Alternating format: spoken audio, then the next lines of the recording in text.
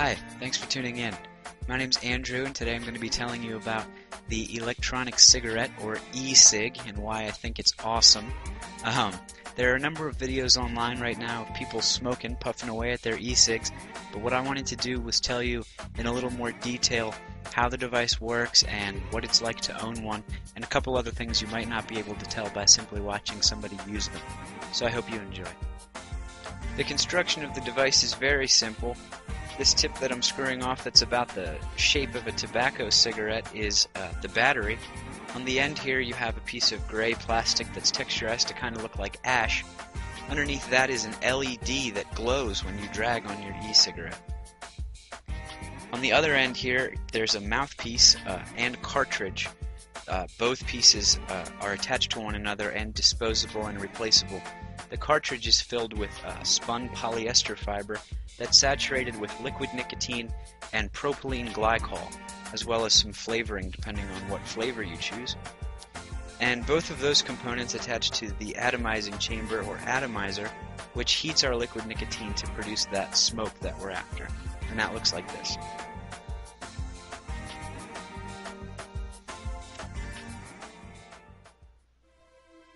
A couple things I thought you might be interested in hearing about the cartridge mouthpiece component. This is where you have your polyester fiber that's saturated with the smoke juice. This particular cartridge is almost completely empty. You can see that, I'm not sure if you can see actually. The polyester is white and fluffy with just a tiny little bit of pink at the end there. When these run out, you can purchase the entire mouthpiece in packs of 5 with your polyester fiber in there and the smoke juice. All over the internet, distributors sell these for $1 a cartridge up to $5 a cartridge in various flavors and nicotine concentrations. Now, I'm not sure how much you're going to be using your e-cigarette, but that can get kind of pricey. Certainly not as pricey as purchasing a pack of cigarettes every day, but it's not cheap either. And there is a more economical solution out there. Literally, the smoke solution can come in these dropper bottles. Many distributors sell these in 10 milliliter quantities, all the way up to I think 30 milliliters, in a variety of flavors and nicotine concentrations as well. Here I have apple flavored high nicotine concentration. And just a couple drops, maybe 3 to 5 drops of your solution in a dried out cartridge is pretty much enough to make it like new and increase the volume of vapor back to like when your cartridge was new. So that can be much more thrifty than purchasing new cartridges every time they run out. Another piece that your e-cigarette will probably come with is this wall charger, unless you get a car charger, and they are also making USB chargers now if you were inclined to plug your battery into your laptop when you're away from an outlet. And that simply screws in like that, and you have an LED right here that flashes orange when the battery is charging and steady green when it's reached its full charge.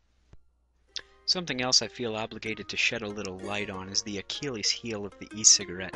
That is the atomizer, or atomizing chamber.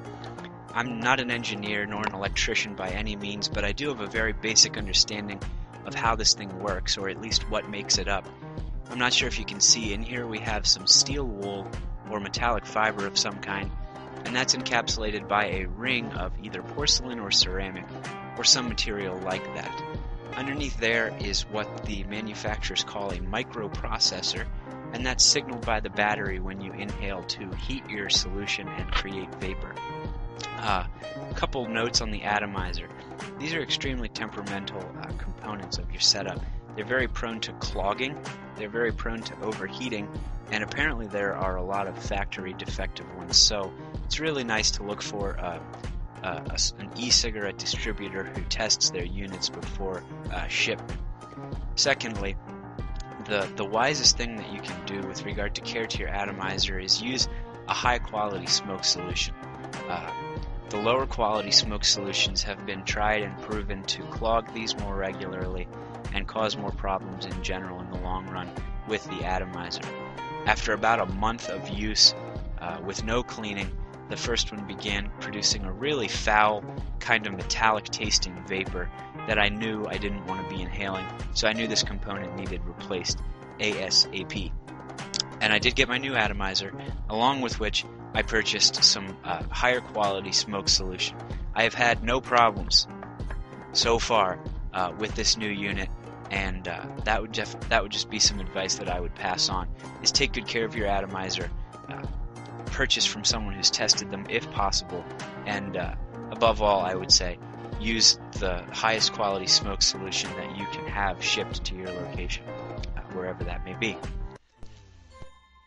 Lastly, I just want to tell you a couple reasons in general that I've really enjoyed e-smoking.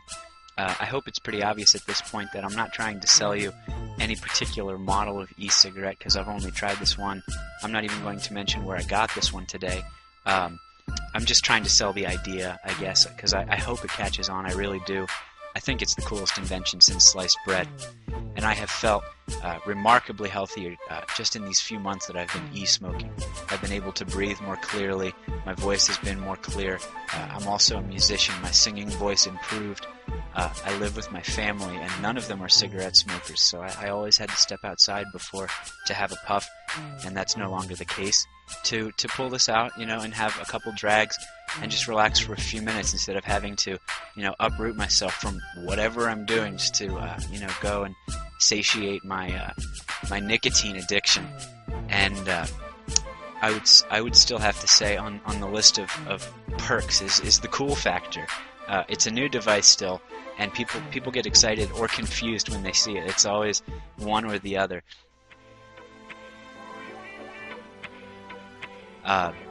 So that's been very cool too. Many people seem to be interested, so we're trying to generate a lot of buzz for the e-cig. It's not meant for people under the age of 18. It's not meant for non-smokers. Just like I wouldn't have offered a tobacco cigarette to a non-smoker, I wouldn't offer an e-cigarette to a non-smoker. But for a smoker looking for a healthier alternative or a much more convenient, much more economical way to get your nicotine, I recommend the e-cigarette. I just think it's great. I think they're very fun. If you have any other questions, feel free to contact me. My email address is andrewgoebel@gmail.com, and I would be happy to answer any questions that you might have about the technology or my experiences with it. So yeah, if you're looking into purchasing one and you're wondering if it's going to be for you, if it's going to work out or not, I would say go for it. Find a distributor that you think gives off good vibes and take the dive, because I'm very glad I did, and I think you will be too.